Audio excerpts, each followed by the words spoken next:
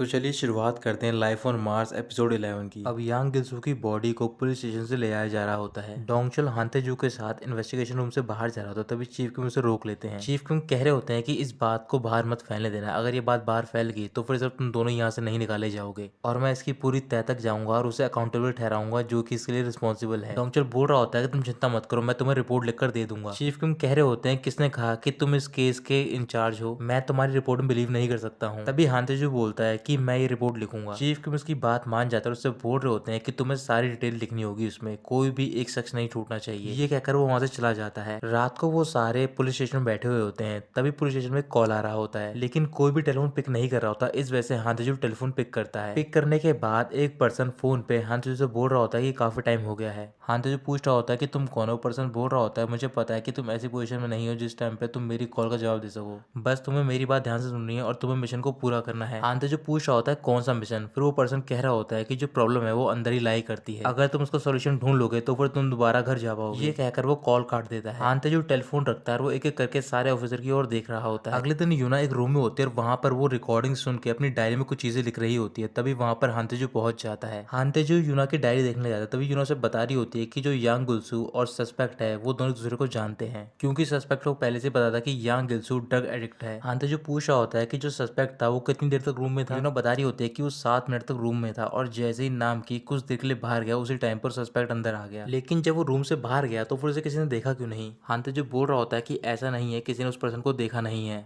बल्कि किसी को ये नहीं पता था कि वही कल्प्रिट है। ये कहकर हांतेजू डोंगचुल के कैबिन में जाता है। वहां पर उससे पूछ रहा होता है कि कल रात को 8 से लेकर 9 बजे के बीच में आप कहां पर थे। डोंगचुल गुस्से में कह रहा होता है कि मैं अपने घर पे था, क्या मैं अपनी मदर इन लॉ को यहाँ पर बुला कर लाऊं। हांतेजू बोल रहा होता है कि इसकी कोई जरूरत नहीं है, मैं जाकर उनसे खुद पूछताछ कर लूंगा। कुछ देर बाद हांतेजू इंटेरोगेशन के लिए योंकी और नामशिक को रूम में बुलाता है और वो वहां पर नामशिक से सारी डिटेल के बारे में पूछ रहा होता है। योंकी गुस्से में कह रहा होता है कि तुम्हें पहले से बताया क्या हुआ तो भी तुम ये सब कर रहे हो। हांतेजू बोल रहा होता है कि मुझे सिर्फ फैक्ट को वेरीफाई करना है और अब से तुम दोनों इस केस में पार्टिसिपेट नहीं करोगे। ये कहकर वो योंकी से पूछ रहा होता है कि तुम 7 मिनट के लिए रूम से बाहर गए थे और तुम्हें 2 मिनट लगे कॉल करने में, बाकी के बचे हुए मिनट में तुम वापस रूम में क्यों नहीं पहुंचे। योंकी पूछ रहा होता है कि तुम क्या कहना चाहते हो। हांतेजू बोल रहा होता है कि जिस टाइम पर तुम बाहर गए उसी टाइम पे सस्पेक्ट अंदर आया है। वहां पर डोंगचुल बैठा होता है। तभी वो गुस्से में खड़ा होता है और उन दोनों को बोल रहा होता है कि तुम यहाँ से बाहर चले जाओ, लेकिन हांतेजू उन दोनों को बाहर नहीं जाने देता। नामशिक काफी घबराता है और रोना स्टार्ट कर देता है। इस वजह से डोंगचुल उसको और योंकी को बाहर भेज देता है। उनके जाते ही गुस्से में डोंगचुल बोल रहा होता है कि तुम ये सब क्या कर रहे हो। हांतेजू कह रहा होता है कि सस्पेक्ट पुलिस स्टेशन में ही है। डोंगचुल बोल रहा होता है कि मुझे पता है वो सस्पेक्ट यहीं पर है, लेकिन मैं ये जानता हूँ कि तुम कोशिश कर रहे हो कि योंकी और नामशिक भी उसका साथ दे रहे हैं, लेकिन ऐसा कुछ भी नहीं है। मैंने इन दोनों को हायर किया था और साथ ही में इन दोनों को बड़ा भी किया है। जो बोल रहा होता है जरूरी नहीं है कि आप इन दोनों के बारे में सब कुछ जानते हो, और वैसे भी कल्प्रिट बहुत ज्यादा चालाक है। उसे अरेस्ट करने के लिए पहले हमें अपने आप का सस्पेशन दूर करना होगा। अगर तुम उन दोनों पर बिलीव करते हो कि वो सही है तो फिर तुम्हें सबको प्रूव करना होगा ये सब। डोंगचुल कुछ भी नहीं बोलता। फिर हांतेजू अपने डेस्क पर जाता है और वहां पर रिपोर्ट लिख रहा होता है। कुछ ही देर में रिपोर्ट तैयार होती है। फिर डोंगचुल रिपोर्ट देखने के लिए आता है, लेकिन हांतेजू से रिपोर्ट नहीं दिखाता और वो रिपोर्ट लेकर चीफ किम के पास चला जाता है। चीफ किम उसे अपने ऑफिस में लेकर जाता है और वहां पर उससे बात कर रहे होते हैं रिपोर्ट के बारे में। अगले दिन पुलिस स्टेशन में हांतेजू यूना के साथ डिस्कस कर रहा होता है उस केस के बारे में। हांतेजू बोल रहा होता है कि जब किम बोकरे ने किम मिन सॉक को अडॉप्ट किया था तो फिर उसे बहुत ज्यादा अब्यूज करती थी वो, और दोनों को सेम जगह पर चोट भी लगी हुई होती है। यूना बोल रही होती है कहीं ऐसा तो नहीं कि कल्प्रिट ने उस बच्चे के लिए रिवेंज लिया है। हांतेजू बोल रहा होता है कि इस बात के लिए मैं श्योर नहीं कह सकता हूँ। इसके बाद वो यूना से पूछ रहा होता है ऑर्फनेज के बारे में। यूना बता रही होती है कि मैंने ऑफिसर से बात की है और वो ऑर्फनेज को ढूंढ रहा है। फिर हांतेजू चारों ओर देख रहा होता है और यूना से पूछ रहा होता है कि इंसंग सेबू पुलिस स्टेशन में कितने लोग काम करते हैं। यूना बता रही होती है कि तकरीबन 200 लोग यहाँ पर काम करते हैं, कहीं ऐसा तो नहीं है कि आप सारे पर्सन को चेक करने वाले हो। हांतेजू कह रहा होता है कि अगर करना पड़ेगा तो फिर मैं करूंगा। उसी टाइम योंकी वहां पर पहुंच जाता है और बहुत ज्यादा गुस्से में होता है। फिर वो रिपोर्ट फेंक कर हांतेजू के मुंह पे मारता है और उससे पूछ रहा होता है कि तुमने रिपोर्ट में क्या लिखा है। यूना वो रिपोर्ट आती है और वो देख रही होती है कि योंकी की पोजीशन को कैंसिल कर दिया गया होता है और साथ ही में नामजिक को प्रोबेशन पे रख दिया गया होता है। योंकी बोल रहा होता है कि मैंने कुछ भी गलत नहीं किया, तो फिर तुमने ये सब क्यों लिखा है रिपोर्ट। हांतेजू बोल रहा होता है कि मैंने वही लिखा है जो सच है। ऐसे ही वो दोनों बहस करने जाते हैं। फिर वहां पर डोंगचुल पहुंच जाता है। वो उन्हें शांत कराकर योंकी और नामचिक से बोल रहा होता है कि कुछ टाइम के लिए तुम छुट्टी ले लो, मैं सारी चीजें हैंडल कर लूंगा। योंकी कुछ भी नहीं कहता और गुस्से में वहां से चला जाता है। योंकी के जाने के बाद डोंगचुल हांतेजू के पास जाता और बोल रहा होता है कि अब कोई भी सस्पेक्ट नहीं है, तो फिर इसका मतलब किम बोकरे का जो केस है उसे क्लोज किया जा रहा है। वहां पर ऑफिसर आ जाता है जिसने कि गिल्सू को मारा होता है और वो ये सब होते हुए देख रहा होता है। हांतेजू बोल रहा होता है कि हम ऐसा नहीं कर सकते हैं। तभी वहां पर ऑफिसर आ जाता है जिसने जिसने कि गिल्सू को मारा होता है वो ये सब होते हुए देख रहा होता है। डोंगचो चिल्लाकर बोल रहा होता है कि तुमने यहाँ की हालत बहुत ज्यादा खराब कर दी, अब तुम और क्या करना चाहते हो। ये बोलकर वो चला जाता है। थोड़ी देर बाद सारे ऑफिसर अपने कैबिन में बैठे होते हैं और वो न्यूज देख रहे होते हैं। न्यूज में बताया जा रहा होता है कि 8 मई से समर टाइम सिस्टम को इफेक्ट में लाया जा रहा है। इधर हान तेजू कुछ फाइल्स लेकर बाहर जा रहा था, तभी 2 ऑफिसर उसे जानबूझकर धक्का मारकर फाइल गिरा देते हैं और बिना सॉरी बोले वहां से चले जाते हैं। फिर वहां पर एक ऑफिसर आता है और वो हान तेजू की हेल्प करता है। हान तेजू फाइल लेकर जा रहा होता है, तभी ऑफिसर बोल रहा होता है कि मैं आपको सपोर्ट करूंगा चाहे कुछ भी हो जाए, आपको डिस्करेज नहीं होना। ये वही ऑफिसर होता है जिसने की गिल्सू को मारा होता है। हान तेजू बोल रहा होता है कि हम पहले कभी मिले नहीं है, तुम कौन से डिवीजन में काम करते हो। ऑफिसर बता रहा होता है कि मैं पब्लिक सेफ्टी डिवीजन में काम करता हूँ, मेरा नाम है ली सुन हो। हान तेजू से थैंक यू बोलता है और वो अपने कैबिन में चला जाता है। रात होने पर सारे ऑफिसर अपने अपने घर जा रहे होते हैं। अब हान तेजू यूना के पास जाता है और उससे कॉल हिस्ट्री मांग रहा होता है अपनी।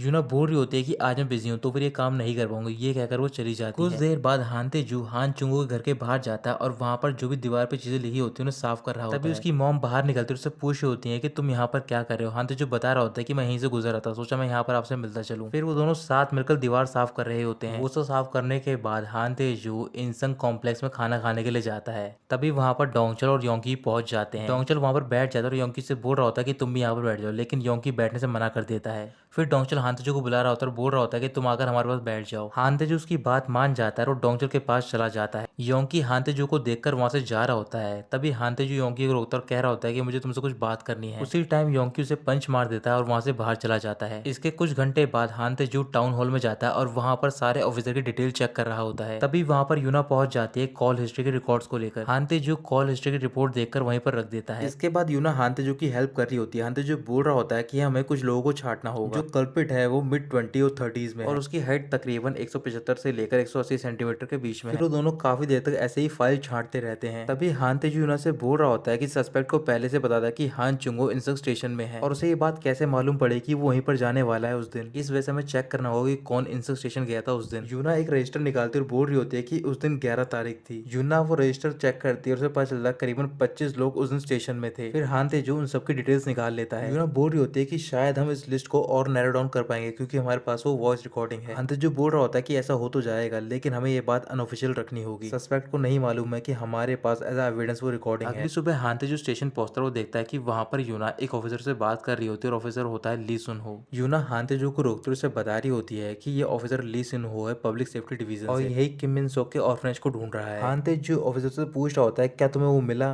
तो फिर वो मना कर देता है। ऑफिसर ली सुन हो पूछ रहा होता है कि आप उस बच्चे को क्यों ढूंढ रहे हो, क्या वो इस केस से रिलेटेड है। हान तेजू कह रहा होता है कि हाँ वो इससे रिलेटेड है और वो बच्चा शायद कल्पिट के पास और उसने किसी सेफ जगह पर उसे छुपा रखा है। तभी हान तेजू को याद आता है कि जब वो 2018 में किम मिन सो का पीछा कर रहा होता है, पीछा करते टाइम वो एक घर के सामने रुकता है जिसके की लॉक पर खून लगा हुआ होता है और उसकी नेम प्लेट पे लिखा हुआ होता है संगिल रो। हान तेजू यूना से पूछ रहा होता है कि यहाँ पर संगिल डोंग कहाँ पर है। यूना बोल रही होती है कि ऐसी कोई भी जगह नहीं है इंसंग में। हान तेजू कह रहा होता है कि भले एड्रेस चेंज हो सकता है लेकिन वो जगह नहीं, वो एक 2 स्टोर्ड हाउस है। ये सुनते ही ली सुनो थोड़ा सा परेशान हो जाता है। हान तेजू बोल रहा होता है मुझे पता है कि मैं इसे एक्सप्लेन नहीं कर सकता हूँ, लेकिन क्या कोई तरीका उसे ढूंढने का। यूना बोल रही होती है कि हम उसे सिटी हॉल के थ्रू ढूंढ सकते हैं और मैं कल सिटी हॉल चली जाऊंगी। हान तेजू कह रहा होता है कि मैं भी वहां पर जाऊंगा, मैं तुम्हें वहां पर 6 बजे मिलूंगा। ये बोलकर वो यूना के साथ अंदर चला जाता है। वहां पहुंचकर वो देख रहा होता है कि नामशिक वहां पर अपना सारा सामान पैक कर रहा होता है। हान तेजू अपने डेस्क पर जाता है और वहां पर अपना ड्रॉर चेक कर रहा होता है। डोंगचल भी वहीं पर होता है और पूछ रहा होता है कि तुम क्या ढूंढ रहे हो। हान तेजू कह रहा होता है कि जो टेप मैंने यहाँ पर रखी थी यांग गिल्सू की वो गायब है। ये सुनते ही डोंगचल और यूना वो टेप ढूंढने लग जाते हैं। उसी टाइम योंकी वहां पर पहुंच जाता है और उसने ड्रिंक कर रखी होती है। डोंगचल और हान तेजू बाहर जाते हैं। योंकी हान तेजू से बोल रहा होता है क्या तुमने कोई चीज खो दी है, अगर तुम वो टेप ढूंढ रहे हो तो फिर वो मेरे पास है। नामशिक योंकी के पास जाता है, उससे बोल रहा होता है कि तुम्हें ऐसा नहीं करना चाहिए। तभी योंकी नामशिक को पंच मार देता है। वहां पर सारे ऑफिसर की भीड़ लग जाती है और वहां पर ली सुनहो भी होता है। योंकी वो टेप दिखाकर बोल रहा होता है कि इसमें सब कुछ है कि कैसे गिल्सू की मौत हुई है। डोंगचल गुस्से में योंकी से बोल रहा होता है क्या तुम्हें पता है कि ये कितनी इंपॉर्टेंट है, तुम इसे वापस कर दो। योंकी बोल रहा होता है क्या ये मुझसे ज्यादा इंपॉर्टेंट है। डोंगचल हाँ बोलता है। तभी योंकी वो टेप लेकर वहां से चला जाता है। थोड़ी देर बाद योंकी एक रास्ते पर ड्रिंक करते हुए चल रहा होता है और उसका पीछे एक कार खड़ी होती है जिसमें कि हान तेजू, डोंगचल और नामशिक बैठे होते हैं। डोंगचल मुस्कुराते हुए बोल रहा होता है कि तुम देखो योंकी कितना एक्टिंग में अच्छा है, तो हॉलीवुड जा सकता है। हान तेजू कह रहा होता है कि अभी हमें सिर्फ योंकी का पीछा करना होगा सिर्फ। जब कल रात को योंकी ने हान तेजू को पंच मारा होता है और वो बाहर जा रहा होता है, तभी हान तेजू ने उसे रोक लिया होता है। फिर वो उसे प्लान के बारे में बता रहा होता है कि कैसे वो कल्प्रिट को बाहर निकालेंगे।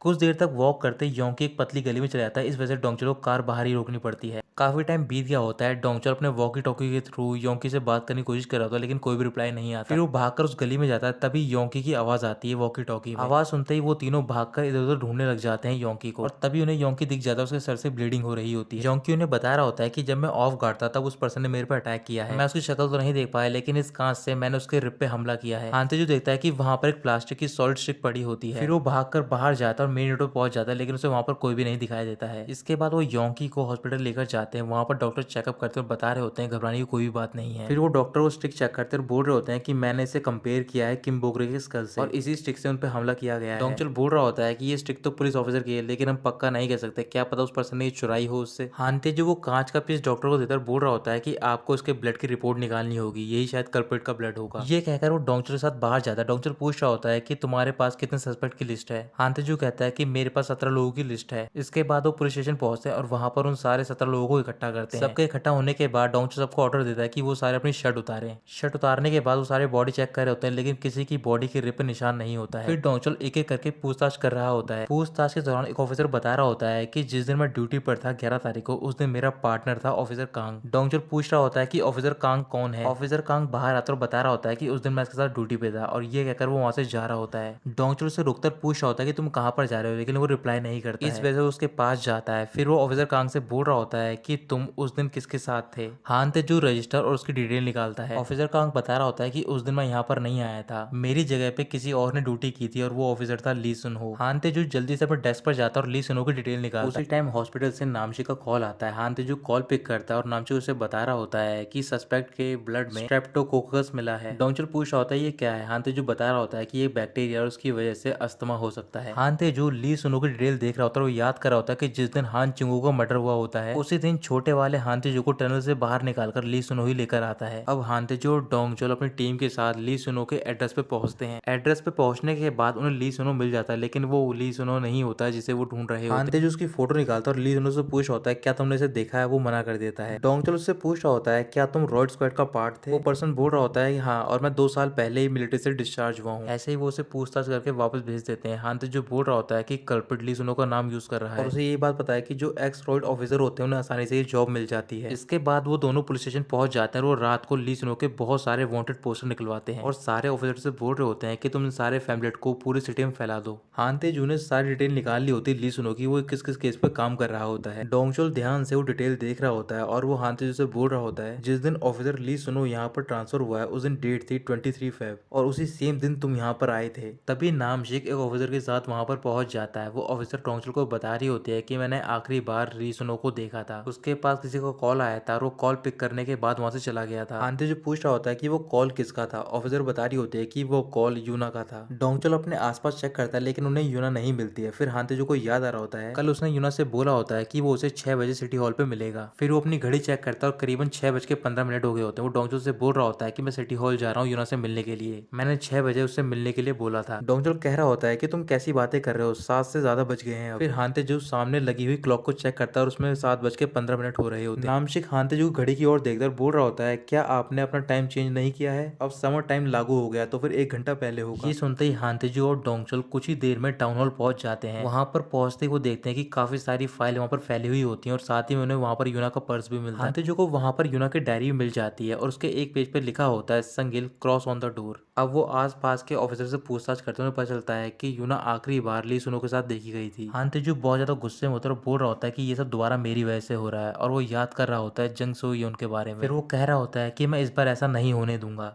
ये कहने के बाद वो डोंगचल के साथ उसी जगह पर जाता है जहां पर वो 2018 में किम मिन सो का पीछा कर रहा होता है। वहां पर पहुंचकर वो आसपास के एरिया में घूम रहा होता है और वो आखिर में उसी गली में पहुंच जाता है जहां पर उसने किम मिन सो को पकड़ा होता है। तो दोस्तों यहीं पर खत्म होता है ये एपिसोड।